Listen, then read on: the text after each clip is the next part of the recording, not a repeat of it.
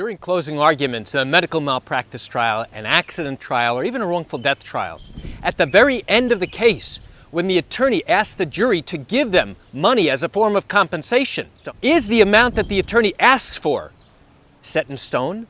Is that the amount that the jury must give if they feel that they have to give a verdict in that patient's favor? You want to know the answer? Come join me on this walk through the neighborhood as I share with you the answer to that question. Hi, I'm Gerry Oginski. I'm a New York medical malpractice and personal injury attorney. So here's the scenario. I was watching closing arguments in a trial, in a medical malpractice trial the other day. And the attorney, at the very end of his closing arguments, which lasted almost 2 hours, by the way, at the very end, he now tells the jury how much he believes the patient's injuries are worth. And now I'm thinking, okay, does this mean to the jury that this is the absolute number that they must give this patient if they feel that the doctor was careless and caused this patient harm and injury? The answer is no, it's not set in stone. Now, did the attorney tell the jury this? The answer is yes, he did. Now, what does that mean? It means that when the attorney suggested a particular number, a value for this patient's injuries about what happened in the past from the time of the wrongdoing up until the time of trial, which was a number of years, he told the jury very specifically, listen, this is a suggestion, my suggestion. You may agree, you may disagree, you may think the injuries are worth much more, you may think they're worth less. It's up to you to decide. I am merely giving you a suggestion of what I think these injuries are worth.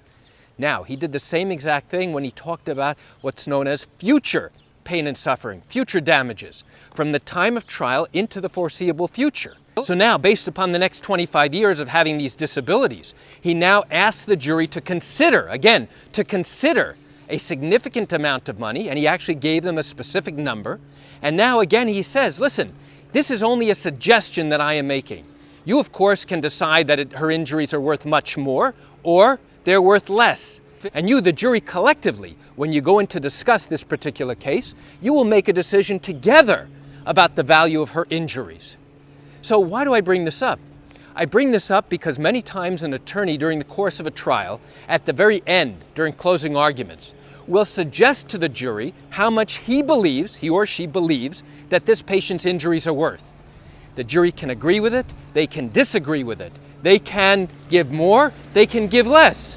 It is entirely up to the jury. The attorney is simply giving a suggestion as to what he thinks those injuries are truly worth. How does the jury really know what these injuries are worth?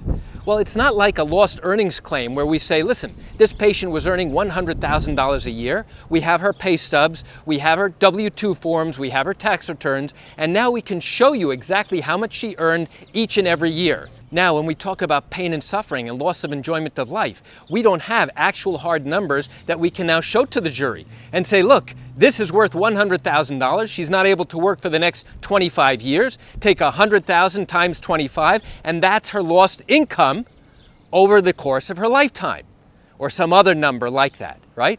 But pain and suffering and the loss of enjoyment of life is not able to be calculated in an exact, precise manner. So now the jury collectively has to decide what the value of her injuries are.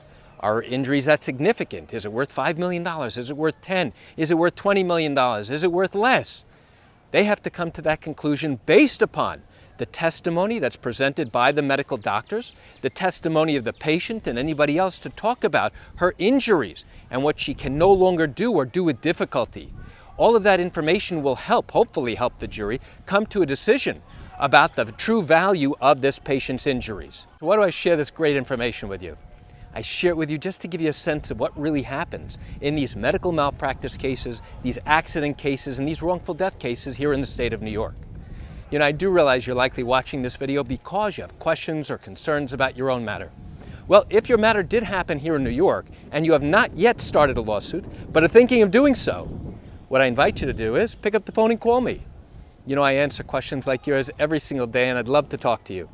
You can reach me at 516-487-8207 or by email at Gerry, Gerry, at oginski-law.com. That's it for today's video. I'm Gerry Oginski. Have a wonderful day.